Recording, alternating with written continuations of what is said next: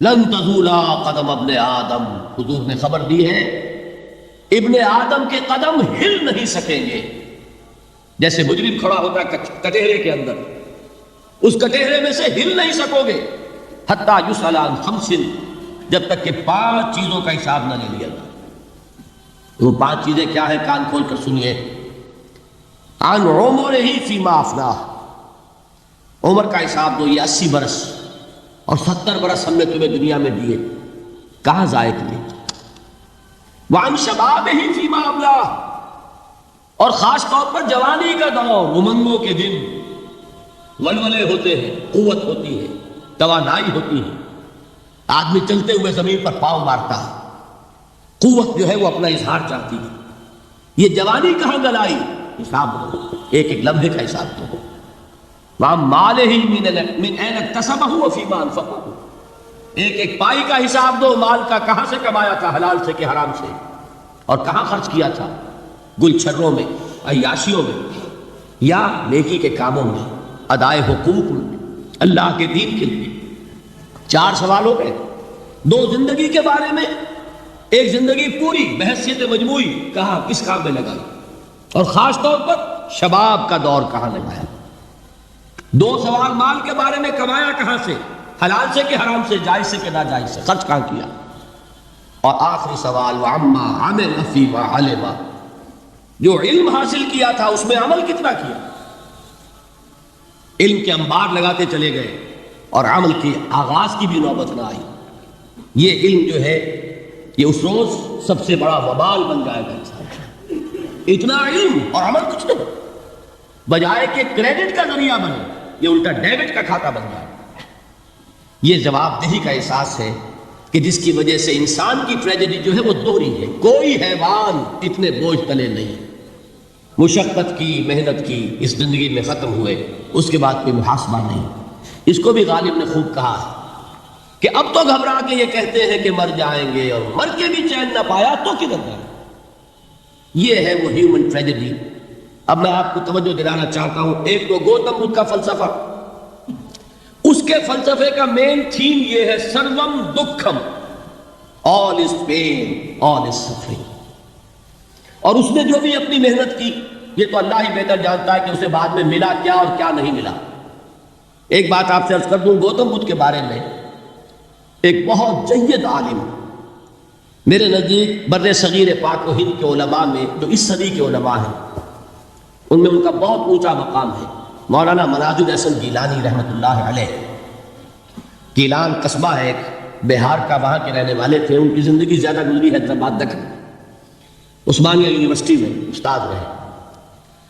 انہوں نے گوتم بدھ کے بارے میں یہ لکھا ہے کہ میرا یہ گمان ہے کہ وہ بھی اللہ کے نبی تھے، اور اس کی دلیل یہ قرآن مجید میں ایک رسول کا ذکر آتا ہے ذوالکفل، اور یہ ذوالکفل وہ ہے جس کے بارے میں ہمیں کچھ پتہ. قرآن مجید میں بھی ایک جگہ ذکر آیا ہے. نمبر 2 یہ کہ کسی حدیث میں اس کی کوئی ہمیں وضاحت نہیں ملتی، نہ حضور سے پوچھا گیا نہ حضور نے اس کی وضاحت فرمائی. اب یہ ذوالکفل ہے کون؟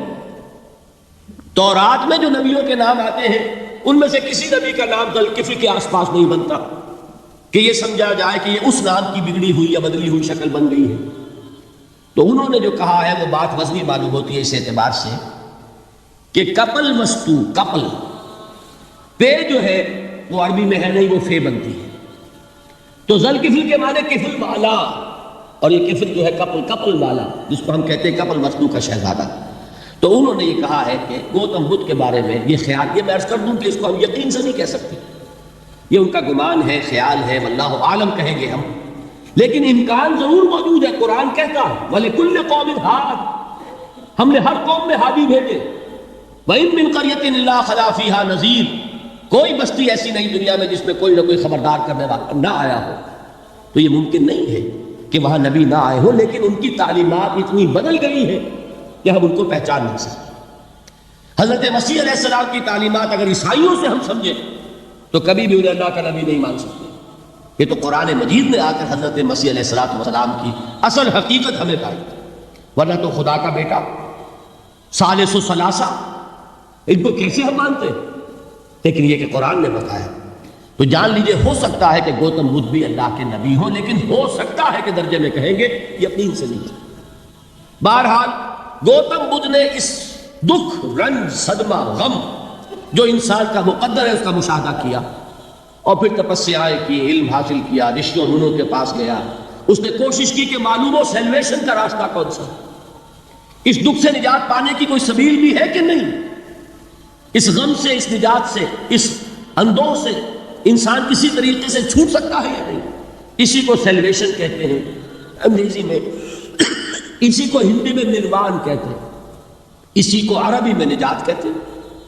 ان النجات معلقۃ بمجموع هذه الاشیاء، میں نے امام راضی رحمۃ اللہ علیہ کے الفاظ میں آپ کو وہ لفظ بتایا، نجات کی راہ۔ اچھا، جدید فلسفوں میں جن حضرات کو دلچسپی کی بات ہے انہی کے بارے میں عرض کر رہا ہوں۔ جدید فلسفوں میں بھی ایک فلسفہ ہے وجودیت، ایگزسٹانشلزم۔ آپ نے نام سنا ہوگا سارترے، یہ فرینچ فلسفر، اور اس وقت دنیا میں جو نوجوان نسل ہے وہ بہت زیادہ متاثر ہوئی ہے سارترے کے فلسفے سے۔ کرکیگارڈ پرانے دور میں اور سارترے اس دور میں، ان کے فلسفے کا نام ہے وجودیت، ایگزسٹانشلزم۔ اس کا مرکزی خیال بھی یہی ہے، انسان کے لیے دکھ ہی دکھ ہے، صدمہ ہی صدمہ ہے، رنج ہی رنج ہے۔ صرف یہ ہے کہ کچھ حساس لوگ ہوتے ہیں وہ صدمے کو زیادہ محسوس کرتے ہیں، کچھ ذرا ان کی حس جو ہے وہ کچھ ڈل ہو جاتی ہے، کند ہو جاتی ہے۔ وہ جو غالب کا شعر میں نے آپ کو سنایا کہ مشکلیں اتنی بڑی مجھ پر کہ آسان ہو گئی، ورنہ یہ ہے کہ انسان سوچے تو دکھ ہے۔ اب یہ دکھ جو ہے اس سے نجات کا کوئی راستہ بھی ہے کہ نہیں، یہ کوسچن مارک ہے، جس کا جواب ہے تیسری آیت میں الا الذین آمنوا وعملوا الصالحات وتواصوا بالحق وتواصوا بالصبر۔ جو ایک نا امیدی کی کیفیت طاری ہوتی ہے، والعصر ان الانسان لفی خسر، زمانے کی قسم ہے تمام انسان برباد ہونے والے ہیں، تباہی میں ہے، گھاٹے میں ہے، ٹوٹے میں ہے۔ اس سے جو ایک مایوس کن صورتحال سامنے آتی ہے، اس مایوسی سے نجات دلانے والی آیت ہے تیسری آیت۔ ایک راستہ ہے، یہ امید کی کرن ہے، تباہی سے بچ سکتے ہو، ابدی بربادی وہ بربادی۔ یہاں تو یہ ہے کہ ہم نے مشقتیں اٹھا لی، فقے جھیل لیے، تکلیفیں برداشت کر لی، صدمے برداشت کر لیے، لیکن موت آئی، اس کا خاتمہ ہو گیا۔ لیکن اس کے بعد اگر خدا نہ خواستہ جہنم میں جھونک دیے گئے، وہ ابد الآباد تک کی، وہ ہمیشہ ہمیشہ کی جلن۔ قرآن کہتا ہے کہ اگر ایک کھال جل جائے گی، جھلس جائے گی، اللہ اور کھال دے دے گا۔ دیکھیے یہ بھی جدید دور میں آپ کو معلوم ہوگا، بورس بکائی نے جو کتاب لکھی دی فرینچ سرجن، اس نے ثابت کیا ہے کہ قرآن مجید نے جتنے نیچرل فینومینا کا حوالہ دیا ہے وہ بالکل سائنس کے مطابق۔ آج ہمیں یہ معلوم ہے کہ حس جو ہے وہ صرف کھال میں ہوتی ہے، کھال حساس ہوتی ہے، کھال اتر جائے نیچے جو ہے گوشت جلے گا، آپ کو تکلیف نہیں ہوگی۔ معلوم قرآن نے کہا ہے کہ جب کھالیں ان کی جھلس جائیں گی ہم نئی کھال دے دیں گے، تاکہ وہ سوزش جو ہے، وہ جلن کا احساس برقرار ہے، وہ ختم ہونے نہ پائے۔ حالانکہ اس کی ضرورت نہیں ہے، اگر اندر کا گوشت بھی حس والا ہوتا تو پھر کھال دوبارہ عطا کرنے کی ضرورت نہیں ہے، گوشت جلے گا، اس سے بھی جلن کا اور سوزش کا احساس ہو جائے گا۔ لیکن قرآن کہتا ہے کہ نہیں، کلما نضجت جلودہم بدلنا لہم جلودا غیرہا، جب ان کی کھالیں جھلس جائیں گی، جل جائیں گی، ہم ان کی کھالیں بدل دیں گے تاکہ وہ سوزش برقرار رہے۔ ثم لا يموت فیہا ولا یحیا، پھر نہ وہ اس میں جی سکے گا نہ مر سکے گا، نہ زندوں میں ہوگا نہ مردوں میں ہوگا۔ موت کو پکارے گا، کاش کہ موت آ جائے جو مجھے اس مشقت سے اور مشکل سے چھٹکارا دلا دے۔ وہ موت جس سے اس وقت ہم بھاگتے ہیں، اگر خدا نہ خواستہ اس جہنم میں جھونکے گئے تو پھر موت کو پکاریں گے اور موت نہیں آئے گی۔ اس عذاب سے، اس ابدی ناکامی سے، اس خسران سے، اس ابدی ہلاکت سے بچنے کا کوئی راستہ ہے؟ وہ جو میدان حشر میں پکاریں گے لوگ، این المفر، کوئی جائے فرار ہے، کوئی جائے پناہ ہے؟